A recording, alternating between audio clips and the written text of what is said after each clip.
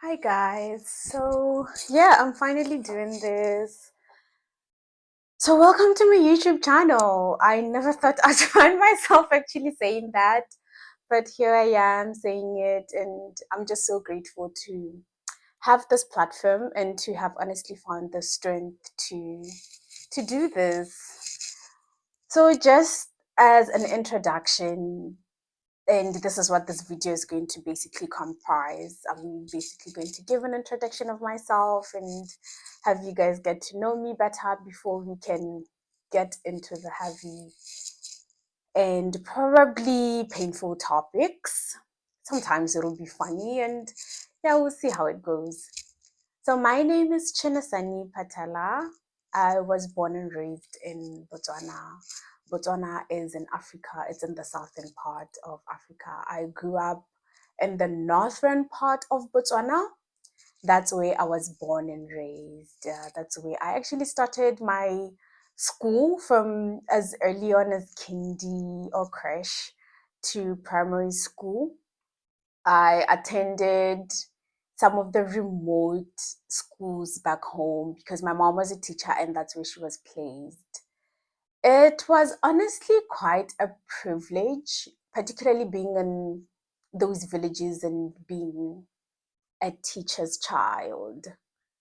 I got to see how privileged I was relative to other students I was in class with. You had instances where some students literally didn't have school shoes, they didn't have uniform, and during the winter months some of them would literally come with no jerseys, and you could tell that they're obviously cold. So growing up in such an environment opened my eyes very early on to really the disparity that we have in our society. And it was painful to see, and where we could as a family we would donate clothes, we would donate food, and there were instances where we even adopted some of the kids, and that was, I think, beautiful of my mom. But yeah, that's maybe a story for another day, and one of the things that's really close to my heart and something I would like to do something about back home. So in our household, I am the only girl. I have two brothers. I have an older brother and a younger brother. So I'm basically just, sandwiched between the two of those. They are amazing brothers. We are very close. And we didn't grow up that close. And if you ask me, there were instances growing up, particularly with my younger brother, where we literally fought every day. There's a 5 year gap between the two of us, and we fought so much, like on certain instances it was physical. But we are now very close, and yeah, I love both of them dearly. So I'm 31 years old as I'm shooting this, and it's time. I've been putting this off for a very long time. I've wanted to do this for probably since 2016, and there's a backstory there that I'll probably get into one day. I was obviously motivated by certain events in my life or certain injustices that I saw around me, where I felt, you know what, I could bridge the gap here, or I could do something about it, reach out to one girl or appeal to one boy and see how it is that they respond, and hopefully someone's life can be changed from this. And so that's basically why I started the channel. So the name of the channel is Healing, and it's premised on a lot of factors around the world, really, and around my personal experiences. So, as I mentioned earlier on, after primary school, I moved to the southern part of the country where I did my junior high, my senior high, and did 2 years at the University of Botswana, which is the biggest university in the country. And after during those 2 years, I qualified to be sponsored abroad by the government. So the sponsorship led to my doing my undergrad in the University of Leicester in England.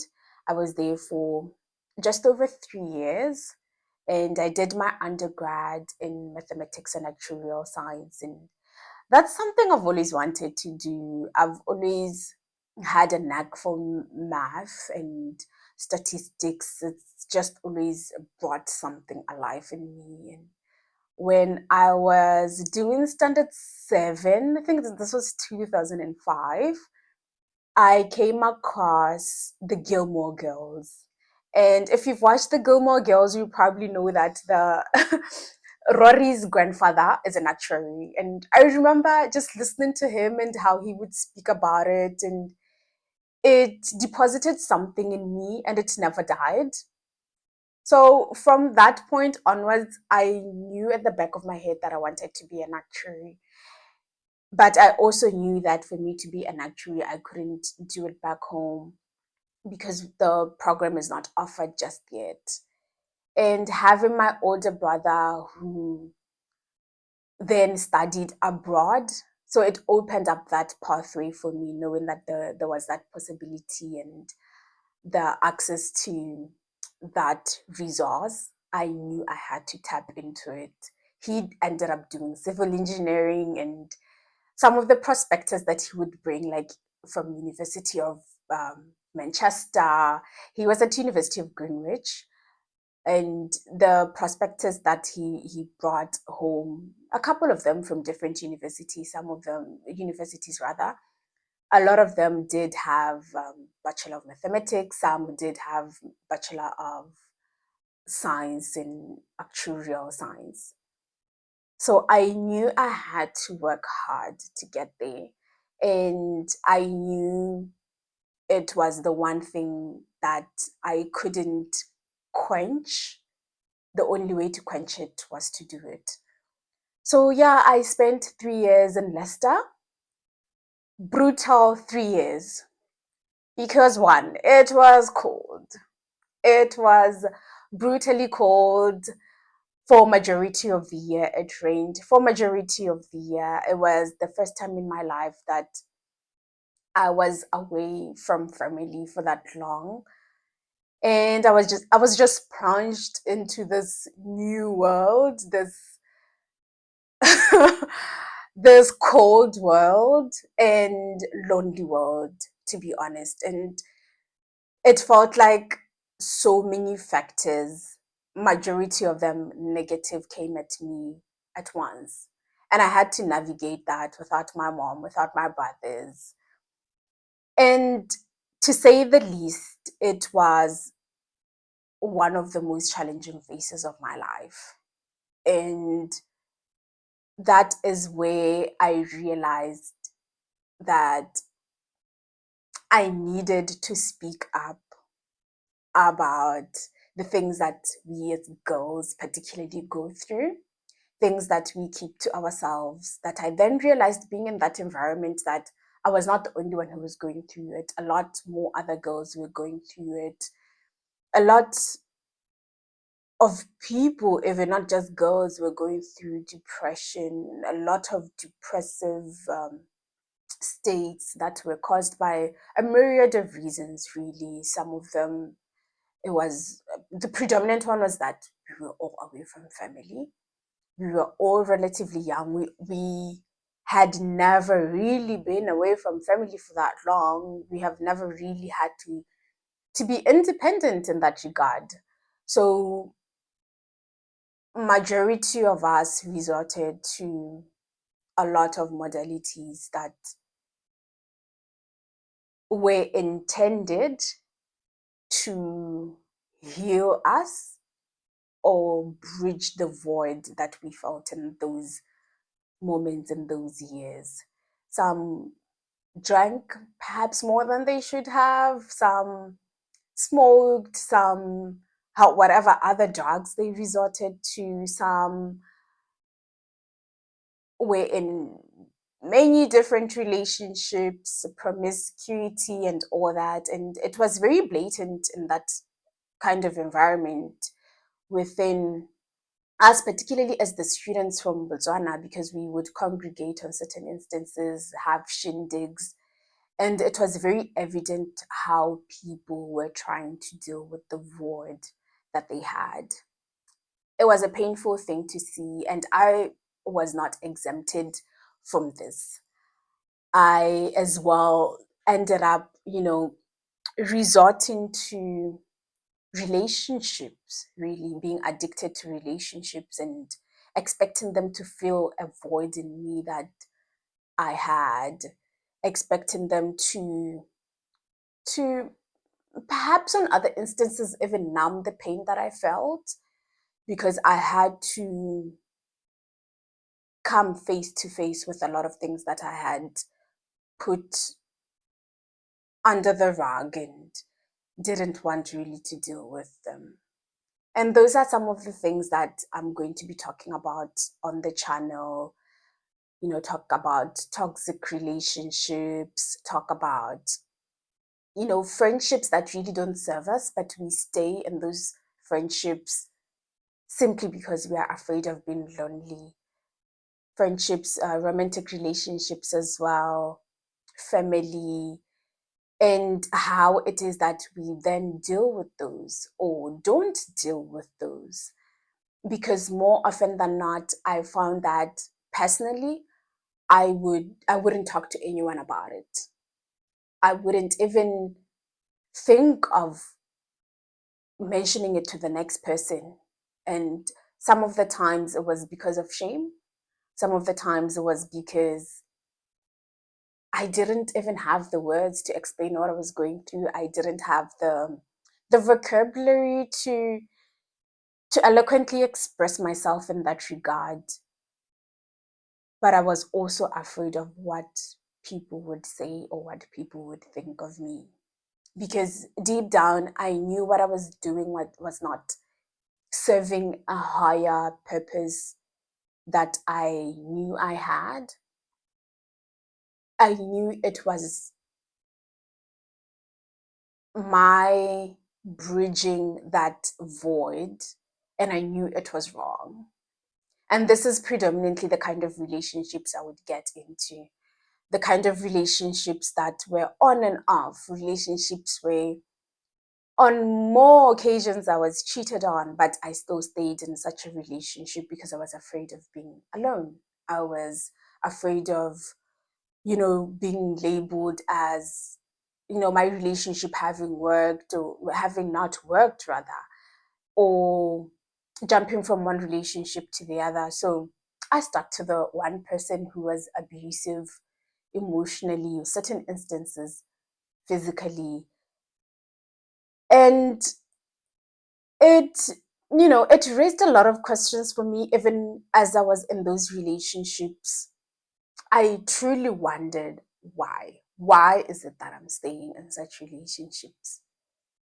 I knew the reasons on certain instances, like I didn't want to be lonely. But I think that's a surface reason. It's not a deep enough reason as to why I stayed. I did not want to ever find myself alone. And that said a lot about me. That said a lot about my own company. So it led me to a point of interrogation, interrogating my intentions really, and interrogating my reasons as to why I stayed in relationships. And it had me interrogate myself, my state of mind, my state of peace, and how grounded I was. The self love and self esteem that we were taught about in moral education, it had me interrogate whether or not I actually had those. And every time I came to one conclusion, I didn't have those. And it crushed me to the core to learn that I did not love myself. I did not have the self esteem that other people might have in those moments thought I had. And what was painful about it more than anything was the fact that even in realizing that I didn't have all those, I did not know how to get them. I did not know what the next step was. I did not know who to reach out to. I literally felt alone and I was confounded by these very alarming questions and questions that were basically existential. I got to a point where it was more like an existential crisis. But instead of removing myself from the situation and having a better perspective, I asserted myself more. I fought for relationships and fought for people I knew wanted nothing to do with me. And I dug myself deeper with each moment. So that is why I am starting this channel. I'm starting this channel to advocate for the girl child, to use my voice as an appeal to say you deserve better, to say you deserve to be listened to. Your voice matters. What you're going through matters. What you're going through is valid and you are not the only one. I felt in those moments like I was the only one. I felt as though there was something wrong with me. There's nothing wrong with you. You just need someone to listen to you. You just need to hear another person's story to know that you as well can get out of that toxic relationship and survive and thrive. So that is the biggest reason I'm starting this channel, and that's basically the backstory of my life and the motivation behind starting this channel. Is intended to be a voice for many. It's intended to be a move towards the right direction that as a society I think we need to be making in terms of healing. There is a lot that I think we go through and we just sweep it under the rug and we expect to move on as though nothing ever happened. I did that for the longest time, and with each phase of my life and in trying to move on, it would come back to haunt me. And there is nothing as painful as being in a beautiful place in your life and not being able to appreciate the beauty, let alone see it for what it is, but instead find yourself reminiscing and living in the past. And I did that for such a long time with the relationship I'm currently in. I'm married. I've been married to my amazing husband for 5 years in August, and it has been one of the most beautiful things I've had and one of the most scary things I've had, just being with him and having him in my life.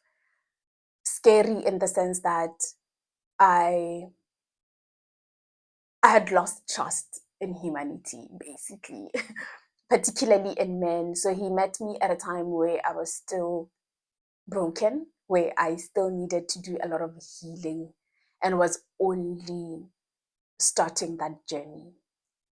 So I exerted a lot of anger and anguish onto him, wrongfully so. It's only by God's grace that he stayed, honestly. Because the way I was then, I was still hurting. And that is one of the reasons I wanted to start this, because I believe having gone through that, I have a thing or two to share. Hopefully, something that will resonate with you, hopefully, something that will help you in your own journey. And I think the most painful thing about this that I'll be the first to mention is that a lot of people will relate to my story. And that is heartbreaking, because for you to be able to relate to my story, it means you have gone through a fair amount of pain. And that is not something I wish upon anyone. But we can't run away from the fact that we have been through it. Yeah, we have been through the ringer.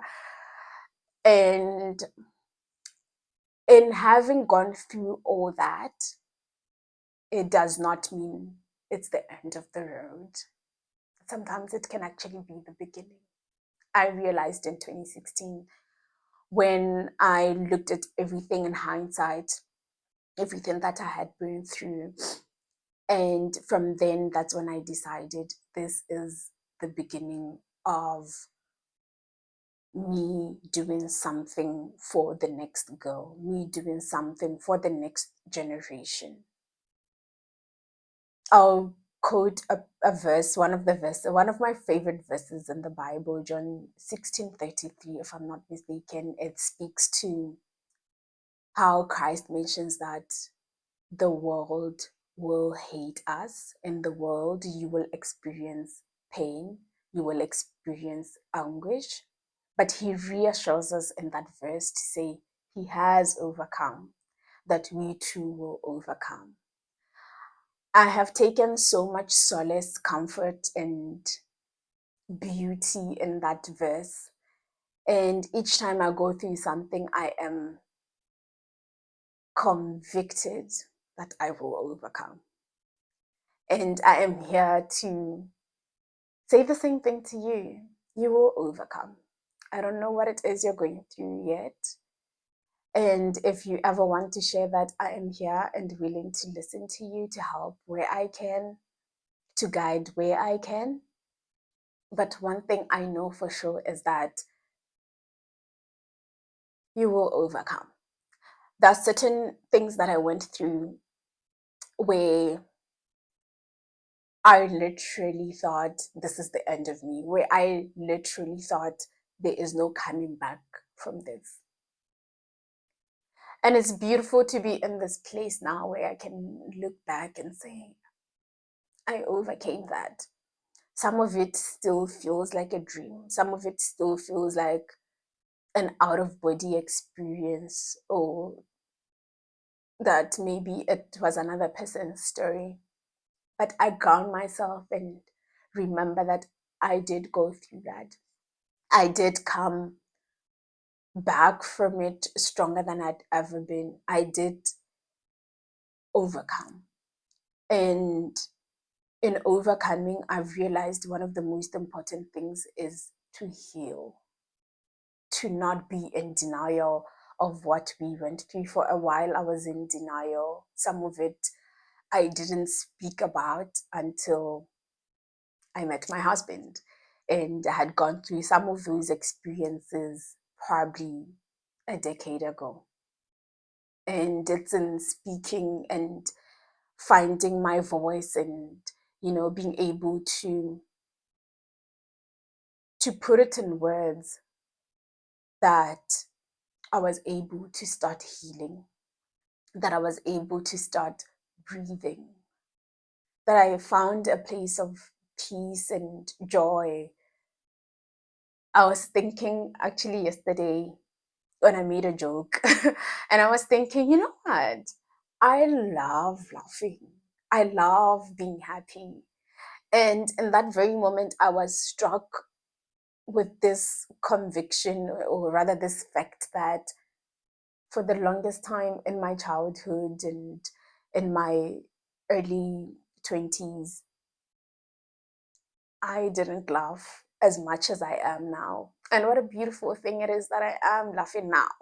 I'm sorry, guys. I am getting a bit emotional, and that was not the plan. And this is the first video, so you can only imagine what I have in store for you in the next coming videos. Hopefully, less tears and more laughing. But this is me, and there is nothing I want more than to reach out to people who are going through it. I don't know what it is, but I think one way or the other, we are each going through it. Be it losing someone, and giving you a backstory, my backstory, my life, or rather how I grew up. I didn't mention I lost my dad when I was 12 years old.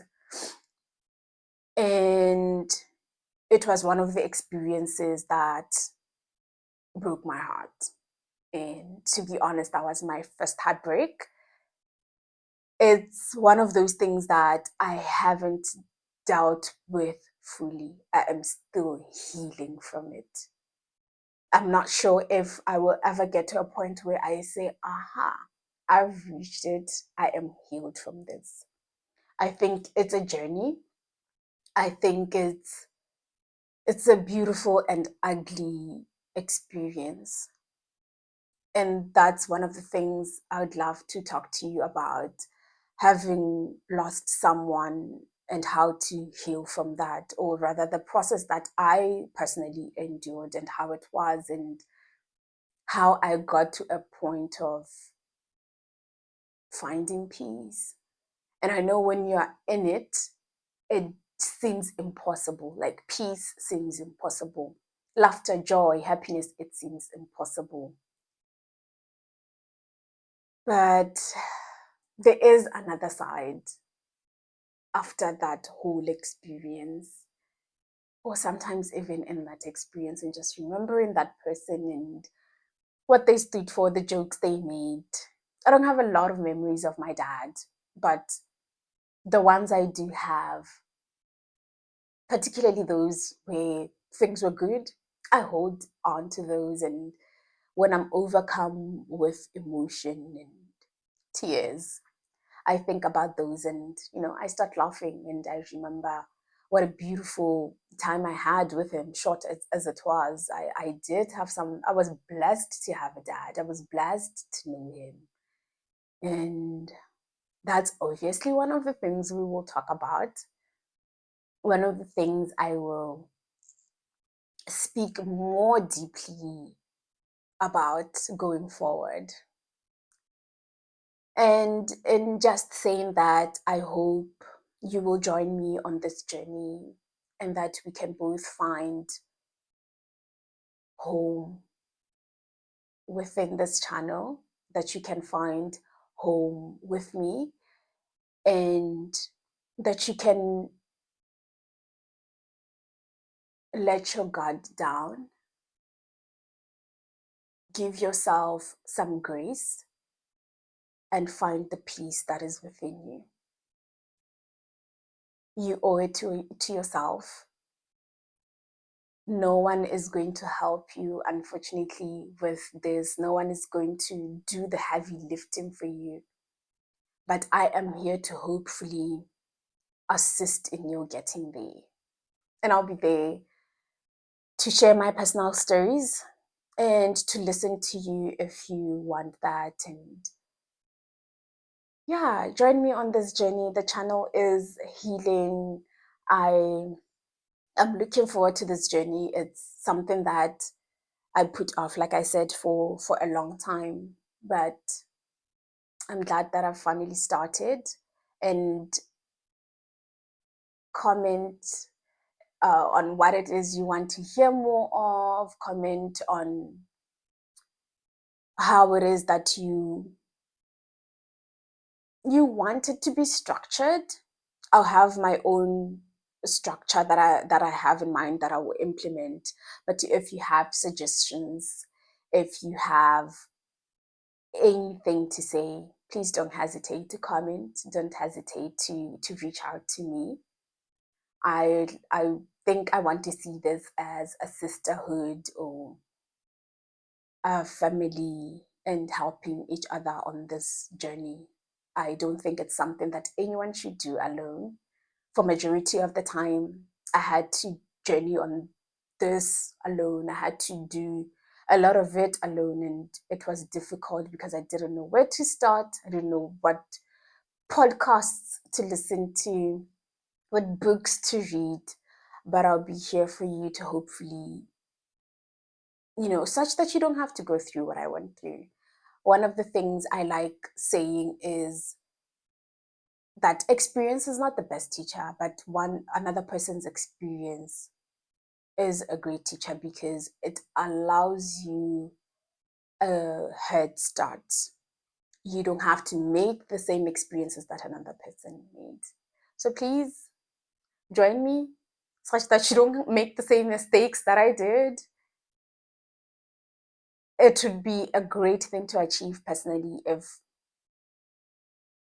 one of you learned something or had a takeaway from this channel. I'll share the books I have read that have helped me on this journey. I will share the podcasts I've listened to, your Stephen Bartlett, your Jay Shetty's. Those are some of the podcasts that have really helped me and have been really instrumental to the person I am today, being on the other side of my odious experiences.